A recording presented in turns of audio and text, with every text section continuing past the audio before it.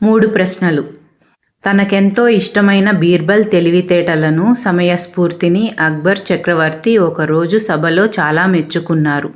దీంతో సభలోని మిగతా వారు అసూయకు లోనయ్యారు. అక్బర్ బీర్బల్ను ఇలా పొగడటం వారికి నచ్చలేదు.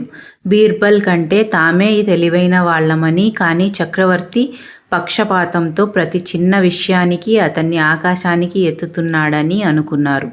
ఈ విషయం అక్బర్ చెవిన పడింది. బీర్బల్ గొప్పతనాన్ని సభాముఖంగానే నిరూపించాలని చక్రవర్తి నిర్ణయించుకున్నాడు. మరుసటి రోజు సభలో, నేను 3 ప్రశ్నలు అడుగుతాను.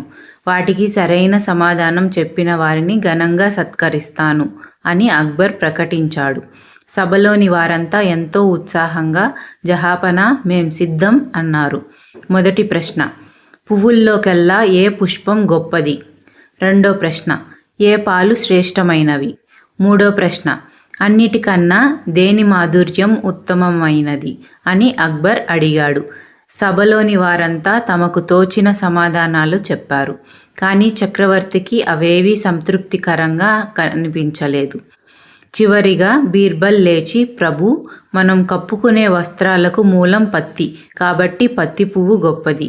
పసిబిడ్డకు తల్లిపాలు అమృతంతో సమానం, కాబట్టి అమ్మ పాలు శ్రేష్టమైనవి. సౌమ్యంగా, మధురంగా మాట్లాడటం వల్ల విరోధాలు మాయమవుతాయి, స్నేహం వెల్లివిరుస్తుంది. కాబట్టి అన్నిటికన్నా మాటల మాధుర్యమే ఉత్తమం అని చెప్పాడు. బీర్బల్ సమాధానాలతో అక్బర్ చాలా సంతోషించాడు. విలువైన కానుకలతో సత్కరించాడు. అప్పటి వరకు బీర్బల్ తెలివితేటలను శంకించిన సభికులు తమ తప్పు తెలుసుకుని చప్పట్లతో అభినందనలు తెలిపారు.